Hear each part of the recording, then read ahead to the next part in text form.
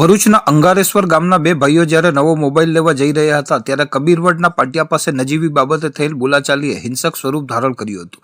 Fortuner ગાડીના ચાલક અને તેના સાથીઓએ એકસમ થઈ બે ભાઈઓ પર લાકડીઓ અને હોકી વડે હુમલો કરી ગંભીર ઇજાઓ પહોંચાડી હોવાની ફરિયાદ નવીપુર પોલીસ મથકે નોંધાઈ છે.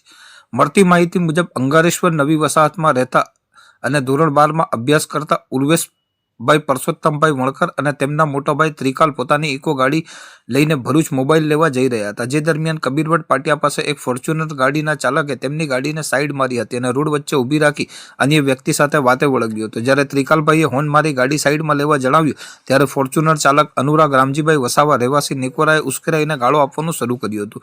વિવાદ વધતા અનુરાગ અને તેના સાથીના શખ્સોએ બંને ભાઈઓ પર હુમલો કર્યો હતો. ફરિયાદ મુજબ આરોપી અનુરાગે ફોન કરીને તેના પિતા રામજીભાઈ, મિતેશભાઈ અને અન્ય સાથીઓ યશ માછી, પૂર્વિક માછી વગેરેને બોલાવી લીધા હતા. આ 10 થી 12 લોકોના ટોળાએ લાકડીઓ અને હોકી જેવા હથિયારો સાથે આવી બંને ભાઈઓને રોડની સાઈડમાં ખેંચી જઈ બેરહેમીપૂર્વક માર માર્યો હતો. હુમલાખોરોએ આજે આ લોકોને જાનથી મારી નાખો તેવી બૂમો પાડી ઢીકાપાટુનો માર માર્યો હતો, જેમાં ઉર્વેશનું ટી-શર્ટ પણ ફાટી ગયું હતું.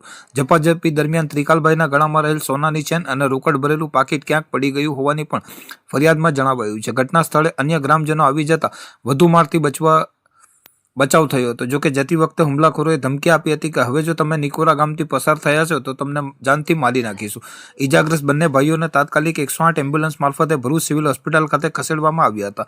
ત્રિકાલભાઈને આંખની નીચેના ભાગે ગંભીર ઇજાઓ પહોંચતા તેમને દાખલ કરવામાં આવ્યા છે, જ્યારે ઉર્વેશને હાથ અને સાથળના ભાગે ઇજાઓ થઈ છે. નબીપુર પોલીસે આ મામલે રાયોટિંગ અને મારપીટનો ગુનો નોંધી વધુ તપાસ હાથ ધરી છે.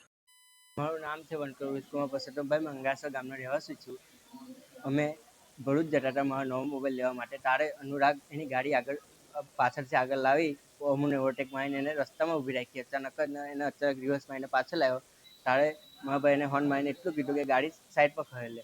તો એની ગાડી સાઈડ પર ના ખરેલીને ઉલટા કાચ ઉતારીને એવું કહેવા લાગ્યો કે આમ ગાળ બોલીને કે આમ સાઈડ પરથી લઈ લો. તો મારા ભાઈ ઉતરીને ખાલી એને એટલું પૂછા કે તું મને ગાળ બોલો, તું મને ગાળ બોલો. તો એને ડાયરેક્ટ ઉતરીને ડાયરેક્ટ મારા ભાઈને ફેસ જલી દઈને એને મારવાનું ચાલુ કરી દીધું. પહેલેથી એની જોડે 3 જણા હતા.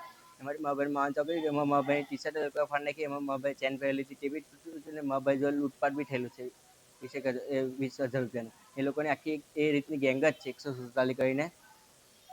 તો એ લોકોનું એ રીતના ચાલે છે. એ લોકોનો આ રીતના દાદાગીરી જ કરે પહેલેથી. એ લોકોનો આ રીતના દારૂનો ધંધો ચાલે, ગાંજાનો ધંધો ચાલે 2 નંબરનો આ રીતના. અને એ લોકો નંબર પ્લેટ વગરની ગાડીઓ લઈને જ ફરે, કાળા કાચવાળી ગાડીઓ લઈને ફરે. એ લોકોને પોલીસનો બી કોઈ ડર નહીં રહે. એ લોકો આ રીતના દારૂનો ધંધો કરે એટલે એમને ડર જ ના હોય પોલીસનો.